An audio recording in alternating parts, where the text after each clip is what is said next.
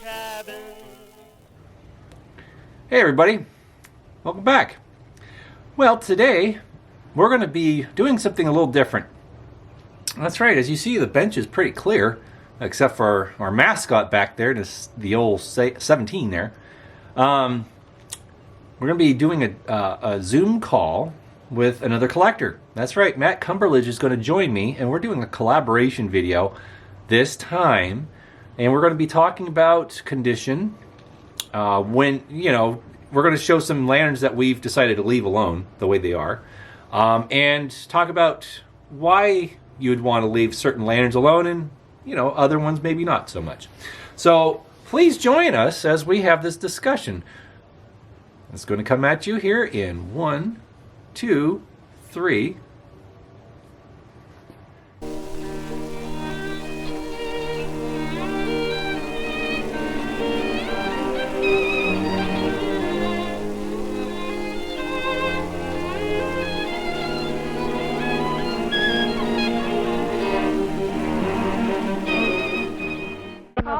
Shall I connect you? Chicago calling London. So, joining me today is Matt Cumberledge, and How are you, Rob? so we're going to be discussing some things that we've already been talking about privately. Nothing to hide, of course, but we've come to an understanding about condition, how to appreciate lanterns in their as found condition, and also when to know maybe when to clean a specific piece or when not to. So Matt, do you want to start off with some of the things you've selected? Yeah, in fact, I've got a few here today. I think I've got 4 picked out. And what I'll start with is this turn of the century burger side lift. Oh man. Yeah, That's beautiful. Look at that red paint. Isn't that gorgeous? It's really nice. And this is very, very likely original paint. We know from research that Berger painted their lanterns red. And I've seen a few other examples with this exact same red. So very, very likely original. And there's a couple ways you can tell that it's original or at least very, very old. And one, I mean, as you can see, it's dirty. Yes. It's definitely been there for a while. And 2, you won't be able to see it on the videos here, but you can tell that it's not spray paint. Very good, very good.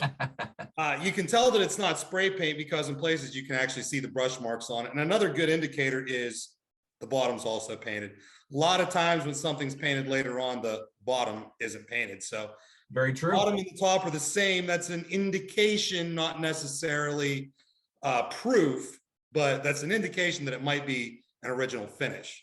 Yes, I completely agree. So to match your red lantern, I'll match you with one, and that would be my Dietz mill lantern. Oh, that's gorgeous.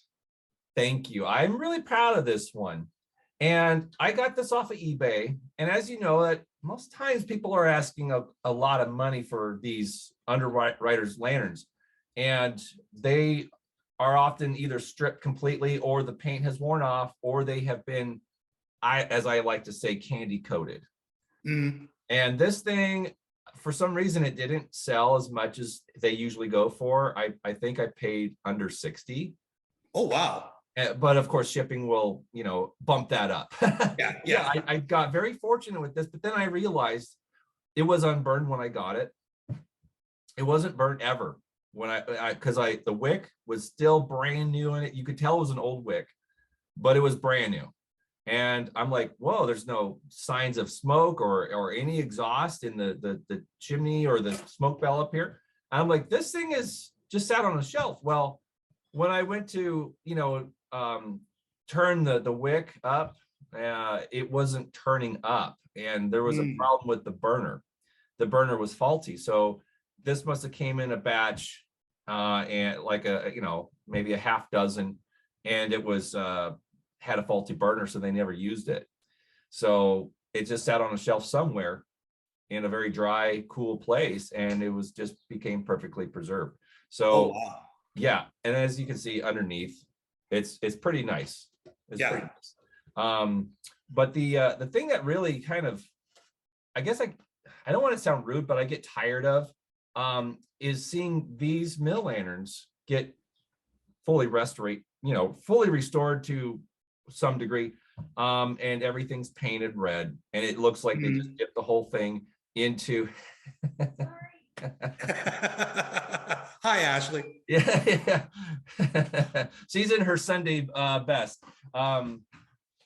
Anyway, so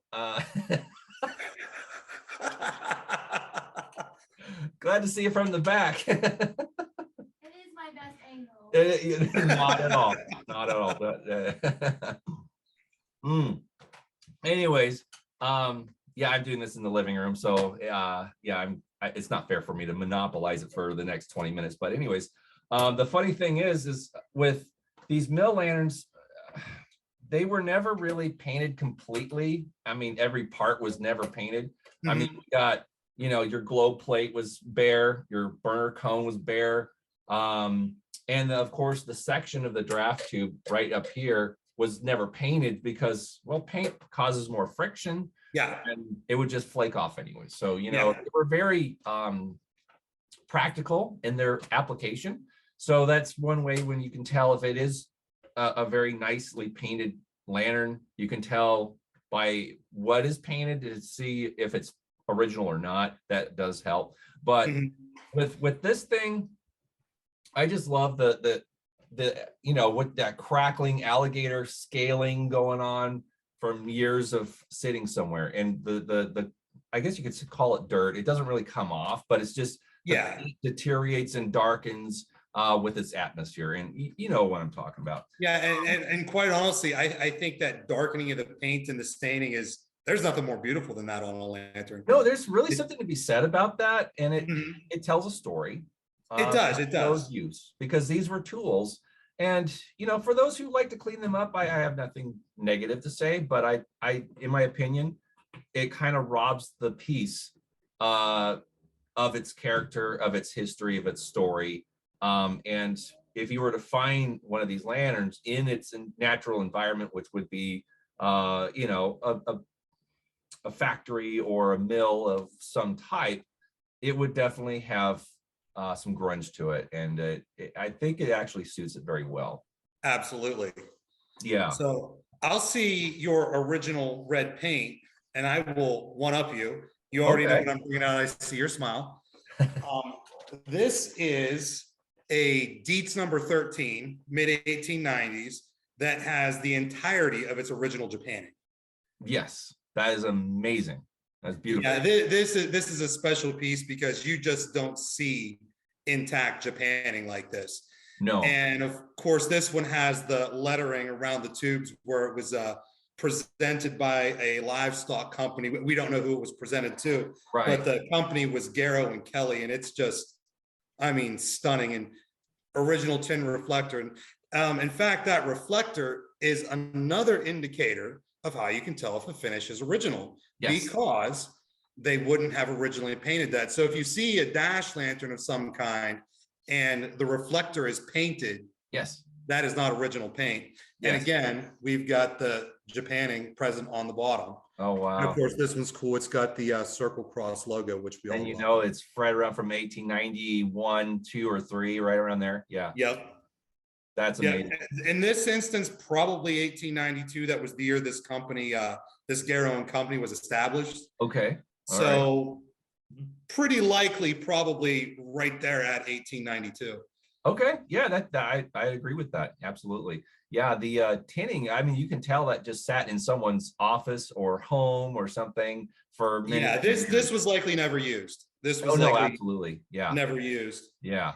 I did for about 15 seconds dip the wick in some kerosene and light it just to see what it looked like, and all the reflection of the flame off that tin was incredible. Oh, I remember seeing that photo on the group there, and that was just like, oh man, you're a better man than I would be very tempted just to keep burning that right there, because that was it's difficult sometimes because it was beautiful, but I knew if I didn't actually pour kerosene in the fount, I would probably never burn it again. Right. Because I think it would be fine if it was burned, but again, with the Japanning and that stenciling, you don't want to ruin that. You don't want to chance it with the heat. Yeah. Yeah. Absolutely, I mean, yeah. 13s aren't the most common lanterns you find, but they're not insanely rare. But what makes that one special is that Japan finish. Absolutely. Yes. Yes. 100%. I totally agree. That is a very nice piece. And from what I remember, you actually snagged it for a reasonable price considering what that is. Yeah, if I remember correctly, I think it was $417 and some change on eBay, and I was expecting to pay quite a bit more for that because I was expecting that to hit a little higher myself. For all those guys, some of my subscribers, you know, $400 is a lot of money for a tin lantern. But I mean, it's not even a railroad lantern. But these tubulars are starting to come up, and certain pieces will be attractive to a lot of collectors. So sometimes you just got to throw down when you need to. You know, it's if you got it, do it because you're not going to see another one. absolutely, and that's sort of the way I was with this one. You know, you'll remember our conversations. When I saw this, I was like, you know, I will own this. It's not an option not to. So, Indeed. in fact, yeah, you buckle up. It's going to happen. yeah. In fact, I even did something I never do, and I sold two of my other lanterns to sort of fund that purchase. That's right. Two rare lanterns, actually, a brass lift wire and a brass square lift. I parted with to, you know, come up with the funds to invest into that. Yes, I remember those pieces. They were beautiful, but as much as brass is beautiful, as nice as it is, in my opinion, kind of a ticking time bomb. If it's in good condition, it's just going to be a matter of time where it starts to split. And I agree. You don't want to watch that happen because it's no, and that the brass square lift I had, and I made sure to note this when I sold it, but it already had stress cracks in the fount.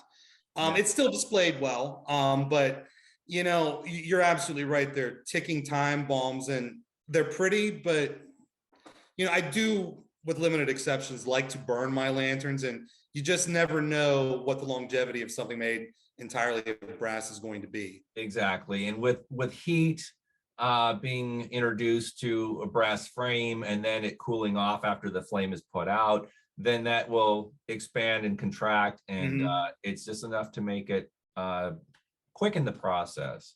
Yeah. So yeah, that's no fun. So I'm going to bring up the next original lantern here. I think it's just a little out of reach. Pardon me for a second. And this is my Winfield Warren. This is the one I got from member Josh. He had two of them, and I hit him up on Facebook and says, hey, would you be willing to part with one? And he says, okay, sure. So we talked it over and we came to a price we both agreed upon. And he sent it to me. And after getting it, I thought it was red paint. Well, this is actually Japan. So I'll twin you with your Japan with my red Japan. It's beautiful too. Beautiful. Thank you. I am just so happy with this. Now, for those subscribers of mine, and maybe some of your subscribers watch my channel too, how you know it's Japan is because it's a little transparent. And also when it flakes off, it reveals the bright tin. And this is exactly how it came, how he found it. I haven't seen any other stuff flake off. I'm pretty ginger with this thing. But yeah, it's definitely a sign when Japanning starts to flake, then it will just leave a bright tin. When paint flakes, for some reason, rust comes, and I don't know. It's interesting. So let me ask you a question, and maybe we can use this as a teaching experience. Yes. What do you use to protect a lantern like that has an original finish? Well, with this, I'm not going to brag, but California is very dry climate. So I keep this one in the house, and that's probably your best bet. Some of the guys say, well, if you're keeping it in the house, you really don't have to do too much to preserve it because it's just going to be, protected to begin with. So it does have some dirt, some, grime and everything. So that's kind of protecting it as well. So I just keep it in the house. That's really my best bet. And I know that some guys would want to put something on it, which is fine. You can do that. And that will protect it, but then it will also alter the aesthetic to a degree. it's interesting because there's a lot of guys that prefer boiled linseed oil, and they like the wet look, which is great. I appreciate that too. But sometimes I've seen it applied in a way where you don't really notice it. And it's still, it's kind of a dull finish or not as high gloss. And it actually looks kind of natural. Like, for instance, the lantern I just cleaned up for my friend, Amber, and her husband, the number 0 Buckeye Dash that I showed you, that I posted on the group. When I was wiping it down, I saw that it did have a slight easy coating of maybe linseed oil or some kind of sealer. And I was like, oh, you don't even notice it. It's really, and then it looked kind of glossy because I did wipe it down with WD-40. And since I burned it yesterday, I was test burning it for her, and it looks just amazing. And it's just, I mean, that really is a beautiful lantern. Isn't that nice? I texted her. I says, "Hey, by the way, thanks for the new lantern." And like, oh, yeah, I would have a hard time giving that one back. Yeah, it's like, but it's hilarious. So we've shared some cool original lanterns that have their original paint or Japanning. Now let's show a comparison of what some do to lanterns when they restore or clean something. Now, I'm going to share I'll go first. I'll share this City of Los Angeles high-low. And this is something I bought. It was off of eBay. It had some subtle light surface rust. It was very even. And I thought, well, I should clean this up. And I used Evaporust. I dunked the whole thing in Evaporust. And it came out completely clean. And the numbers here that were applied probably by someone with the construction crew, and they wanted to number their stock. So they had, of course, dozens of these things to set out on jobs. So they would number them, and so they can keep track of them. But thankfully, it must be oil-based paint, and they did not come off in the Evaporust. Oh, that's good. Yeah. And I was relieved about that. But, it has a nice finish, and I used some Mother's polish on it.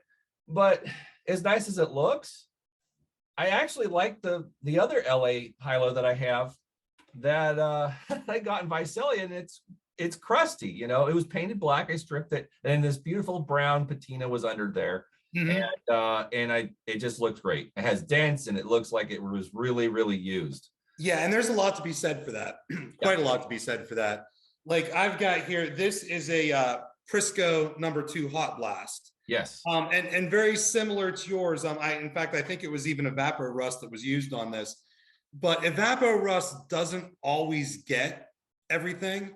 And sometimes it can actually leave a very uneven and unattractive finish. Like if you look at the top of the smoke bow on this, there's, black speckles that, and honestly, this lantern too would have looked better with, just an even finish of surface rust. And, I think it's important to add too that surface rust isn't necessarily always a bad thing. In fact, it kind of can act like a coat of paint and seal it and protect it, actually. Same thing with that brown patina, like on the Buckeye you showed there earlier. That actually does have protective qualities to it. Oh, 100%. Yeah. There is certain kinds of rust that are a little more aggressive. But there is like a nice, even, rust is very, it can protect, and also dirt can be a good protectant as well. So it's funny, like I have a little Wizard early version without the step fount, and that thing it was so grungy that even the globe, I thought in the auction, the globe was like a ruby globe because it was so dark. The globe was completely black. Completely. And I started cleaning it. I'm like, oh, this is a clear globe. Oh, wow. Yeah, it was that dark. And so I'm like, that's hilarious. And then I started cleaning it with just WD-40, and then all this tin started to reveal itself. So it was all this grime and dirt actually preserved a lot of the tin on it. And it's a beautiful piece. I'm not hugely, a fan of the streamlined little Wizards or lanterns of Dietz's from 37 on, but this one is really special. And it's just I got to keep it. But Oh yeah. it came out really nice. And the unevenness with the tin plate can be attractive. Some people, when they find something that's unfired and still has tin plating, but it's missing in some spots, some people get kind of OCD a little bit about that, and it has to be evenly done. So people have painted lanterns that were original and never fired because the unevenness of the tin plate. Yeah. And that's their choice, you know. If it Yeah, makes and tin as it ages, it does become, I don't want to say splotchy, but you know, you can see areas where it was applied thicker and thinner, light and dark, and that's just Yeah. the natural aging process of the tin. Absolutely. Yeah. And that's just the way it goes. That's just the nature of it, of the process. And especially after how many years? Yeah. It's amazing any of it survives. Like Yeah. the tin plating on your number 13, that is just like, it's dulled a little bit over the last 130 years, but it's still very bright. And someone could easily polish that to bring it back if they wanted to, but of course we wouldn't, because No. it's in a perfect state of age, and it represents itself very well. So I think with stuff that's been cleaned with evaporust does work. I'm not gonna lie, it does work well, but I think it does take away something, and it's not always a guarantee that it's going to come out very even, as you illustrated. Absolutely. And then you have to clean it all off because it will leave green residue in the corners, and that's a pain in the neck. And this thing was a real pain because I had to get all of that green crap out of every nook and cranny, and it was, you know, it was annoying. Yeah. So in retrospect, if I could go back to like December of 2018 when I got this thing, I would say little WD-40, little green Scotch pad, and leave it go, let it go. Yep. But And I have found myself that is the best method. it's one of the best. It's my favorite, and it's my go-to. So do you have something that's original that you want to share, that something that should never be touched? I do. I have something that's remarkably original that's never been touched. Okay. So you're familiar with this Wow. lantern as well. This is a very early 1870 plus or minus a year Dietz number 0 tubular. And this is pre-filler spout. So Yes. the way you would have filled this is you take the globe out, take the burner out, pour the kerosene in, and put everything back together. And this lantern was actually found hanging in a barn in Maine. And I imagine it had probably hung there for quite some time. I do think this is the original globe. Yes. And to be quite honest, the globe was one of my favorite features of this because, as you can see, it's cracked and broken. Yeah. But somebody a very long time ago put this cage of wires around it to hold it back together, and it's just stunning. It's absolutely stunning. It's amazing. And most people would look at that and think, well, that's kind of weird looking, or, well, that's broken. You know, I might want to replace that. But when you look at this thing, and it has a human touch to it, because it was repaired by a farmer or the property owner at some point, and it was an important thing. And, you know, replacing a globe meant going into town and buying a glass globe for whatever the price they were back then. And that was not an expense they were willing to make. Mm-hmm. And they, well, like, I'll just wrap it with baling wire and it will be fine. And apparently it was fine. It was, and it still has the original lamp, or I shouldn't say original, but it still has old lamp black and soot in it. Can't bring myself to clean it. No, I would never clean it. I'd never clean it. It's funny because, like, speaking of cleaning globes, there's globes that I do clean that are just beautiful because you can see all the waviness and the imperfections. But there's also other globes that I just like, no, that actually enhances the aesthetic of the original paint or Japanning or what have you. Like the mill lantern I shared, I've never cleaned that globe. I have burned it since because, like, yeah, it was unfired, but since the burner was, you know, compromised, I'm like, well, I replaced the burner, so now it's not original 100%. I might as well burn it. And so, you know, it got a little lamp black up here, but you know, it is what it is. It's Um, character. yeah, yeah. And it's just like, it takes years for glass to look like that. So, you know, and it only takes, you know, 10 seconds to wipe all of that off. Yep.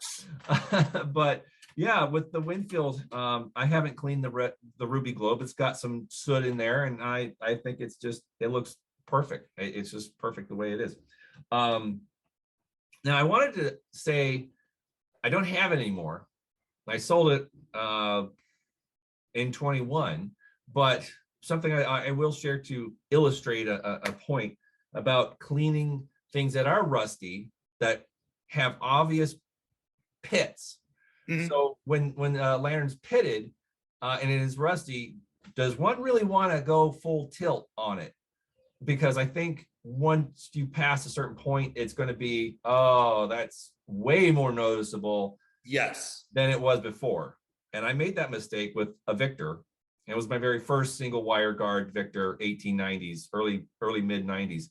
And I sold it because I couldn't stand looking at it anymore. And let's see. Yeah, we've got 10 minutes left in our session. Okay. So we'll get wrapping up here soon. But anyway, so I'm like, okay, I can't stand looking at this thing, and it just looks, the evaporust was even in its removal, but it left a lot of pits. Yeah. So I'm like, okay, that no. See, I don't have it handy here to show, but you'll recall that one infringement ham I have. Yes. That remarkably pitted. I mean, the entire surface is pitted. Yes. And then it had been painted black on top of that.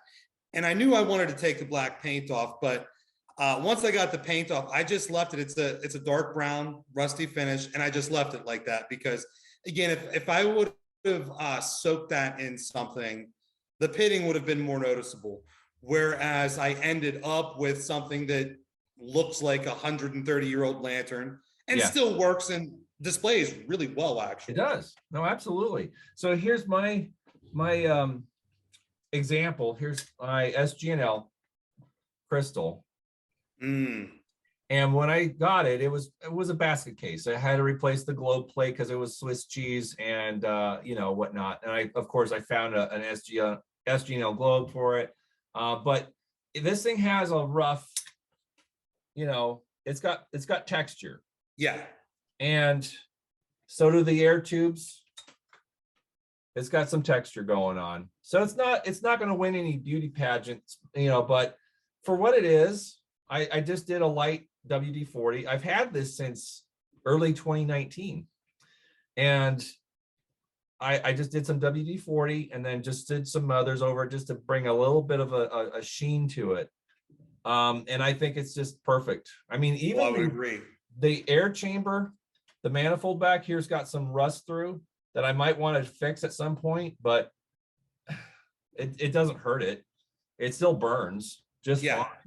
But yeah, so like if you can see it's got texture, I would definitely pump the brakes on the desire to bring it out and completely remove all the rust, because what's on there is probably protecting it, and it's also making it look, well, it's a rustic charm. You got to be able to appreciate the rustic charm of something that's 100+ years old. Absolutely. When it comes to techniques, a lot of times I think we've all learned that less is more. Exactly. And that's definitely a lesson I've learned. And I hope others will learn it too. I've seen people that have been impressed by stuff that's original, and then also people that are just they can't stand it, and then they'll remove either the original paint and then paint it all up, and you know